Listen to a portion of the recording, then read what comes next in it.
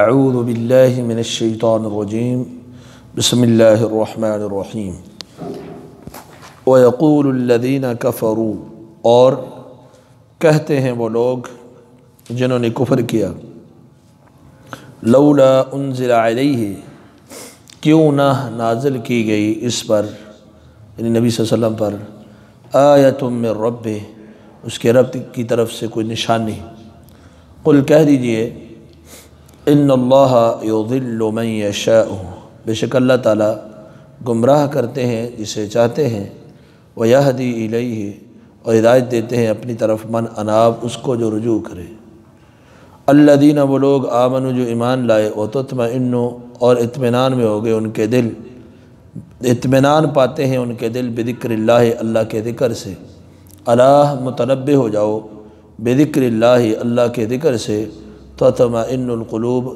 اطمینان پاتے ہیں دل۔ اب اس آیت کریمہ میں اللہ سبحانہ وتعالیٰ نے فرمایا کہ جو لوگ کافر ہیں وہ یہ کہتے ہیں کہ محمد صلی اللہ علیہ وسلم کے اوپر رب کی طرف سے کوئی ایسی نشانی کیوں نہیں نازل ہوئی، حالانکہ نشانیاں تو بہت ہیں۔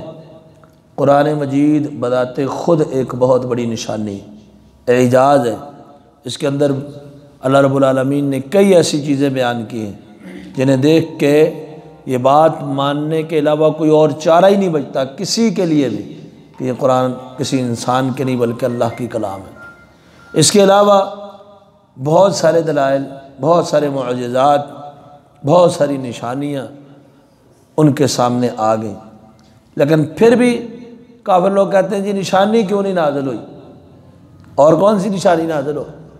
ہاں اپنی مرضی کے مطالبے، جیسے سورہ بنی اسرائیل کے اندر آپ کی سیڑھی کے اوپر سے ایسے آسمان میں چڑھ جائیں، سونے کا آپ کا گھر ہو، باغات ہوں، نہریں ہوں، یہ ہو وہ ہو، تو اللہ نے فرمایا کہ آپ کہہ دیں کہ میرا رب تو پاک ہے، یعنی میرا رب ہر چیز پوری کر سکتا ہے، جو مانگو اللہ دے سکتا ہے، جو نشانی مانگو اللہ کی قدرت ہے، اللہ قادر ہے اس نشانی کو پورا کرنے والا۔ ایسا نہیں ہے کہ اللہ کی طرف سے کوئی نشانی پوری نہیں ہو سکتی، اور یہ کسی کے بس میں بھی ہے، نشانی لانا کسی رسول کے بس میں نہیں ہوتا۔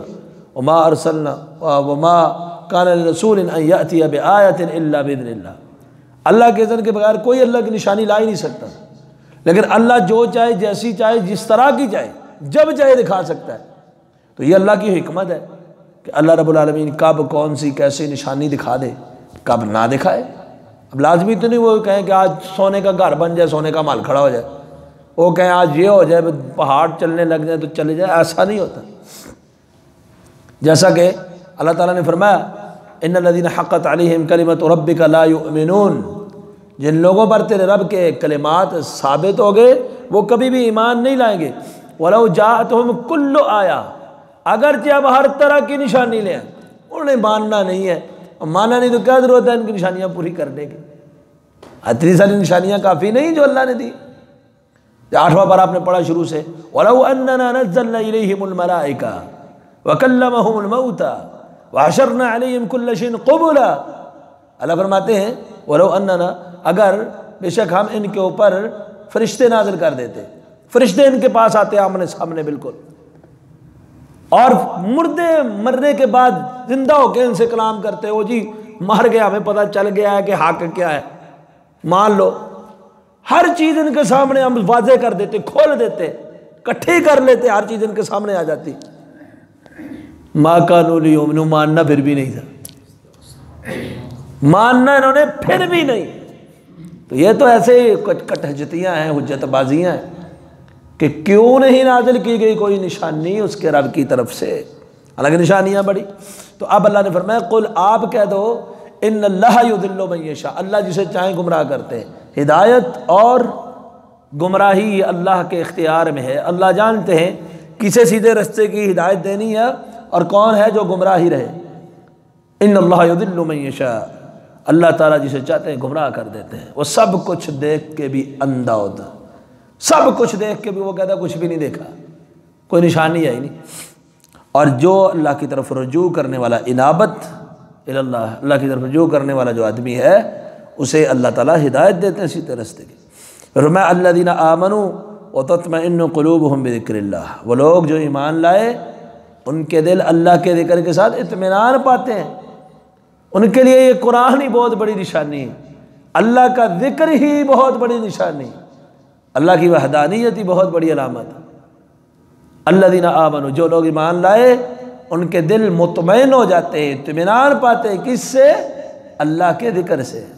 اور یہ بات خوب اچھی طرح سمجھ لو، متنبہ ہو جاؤ کہ اللہ کے ذکر سے ہی دل مطمئن ہوتے ہیں۔ دلوں کو حقیقی اطمینان اللہ کی معرفت، اللہ کی پہچان، اللہ کے اسماء حسنہ، اس کی توحید کی معرفت اور اللہ کے ذکر، اللہ کی یاد سے ہوتا ہے۔ اس کے علاوہ دل مطمئن نہیں ہوتے کبھی بھی۔ دلوں کا حقیقی سکون، دلوں کا حقیقی اطمینان کہاں ہے؟ اللہ کے ذکر میں۔ یہ کون سے لوگ ہیں جن کا دل مطمئن ہوتا ہے؟ الذین آمنوا وعملوا الصالحات، وہ لوگ جو ایمان لائے، ایمان اللہ پہ لے آئے۔ ظاہر ہے پہلے اللہ کی معرفت ہوگی تو ایمان لائے گا۔ الذین آمنوا، جو لوگ ایمان لے آئے اللہ پر، اللہ کی کتابوں پر، اللہ کے رسولوں پر، آخرت کے دن پر، اچھی اور بری تقدیر پر، اللہ کے فرشتوں پر، جن کا ایمان کے تمام ارکان پورے۔ الذین آمنوا وعملوا الصالحات، اور ایمان کے اندر یہ چیز داخل ہے اعمال صالحہ، ایمان کا حصہ ہے اعمال صالحہ۔ ایمان دل کی تصدیق، زبان کے اقرار اور جوارح کے ساتھ عمل کا نام ہے۔ جو لوگ ایمان لانے کے بعد اعمال صالحہ بھی کیے، قرآن مجید میں جہاں کہیں بھی اکثر مقامات پہ ایمان کا ذکر ہے وہاں اعمال کا بھی ذکر ہے۔ ان الذین آمنوا وعملوا الصالحات الا الذین آمنوا وعملوا الصالحات، جو شخص بھی ایمان لایا، عمل صالح کیے، والعصر ان الانسان لفی خسر الا الذین آمنوا وعملوا الصالحات لقد خلقنا الانسان فی احسن تقویم ثم رددناه اسفل سافلین، آگے کیا ہے؟ الا الذین آمنوا وعملوا الصالحات۔ ایمان عمل صالح، ایمان عمل صالح، ایمان کے اندر داخل ہیں اعمال صالحہ۔ تو جو شخص نیک عمل کرتا ہے ایمان بھی لاتا ہے، کیونکہ نیک عمل سے ایمان بڑھتا ہے، اور عمل میں کوتاہی اور برائی سے ایمان میں کمی آتی ہے، ایمان مضبوط نہیں رہتا، گھٹتا رہتا ہے۔ طوبیٰ لہم، یہ ایمان والے عمل صالح والوں کے لیے کیا ہے؟ طوبیٰ، طوبیٰ ان کے لیے۔ طوبیٰ کیا ہے؟ خوشخبری ہے، خوشحالی ہے ان کے لیے، وہ حسن مآب، اور اچھا ٹھکانہ ہے ان کے لیے طوبیٰ۔ تو طوبیٰ کا معنی ہے خوشخبری، خوشحالی، یہ اللہ کی طرف سے ان کو ملے گی۔ اور جنت میں ایک درخت ہے، اس کا نام بھی طوبیٰ ہے۔ ظاہر ہے جنت مل گئی، خوشخبری بھی مل گئی، خوشحالی بھی مل گئی، سکون بھی مل گیا، ہر چیز مل گئی۔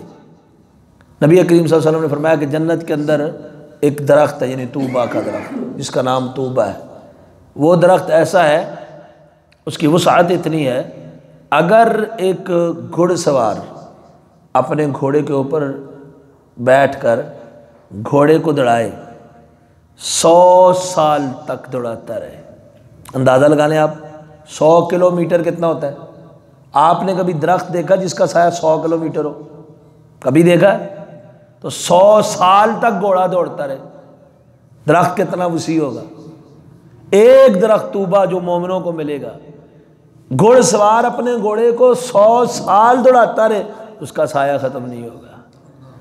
تو جنت کتنی وسیع ہوگی، 100 سال گھوڑا دوڑے جا کے ایک درخت، جنت کتنی وسیع ہوگی، جنت کی وسعتوں کا اندازہ لگا دیں۔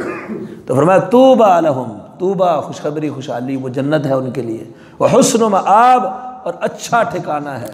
سبحانک اللہم و بحمدک، اشہد ان لا الہ الا انت۔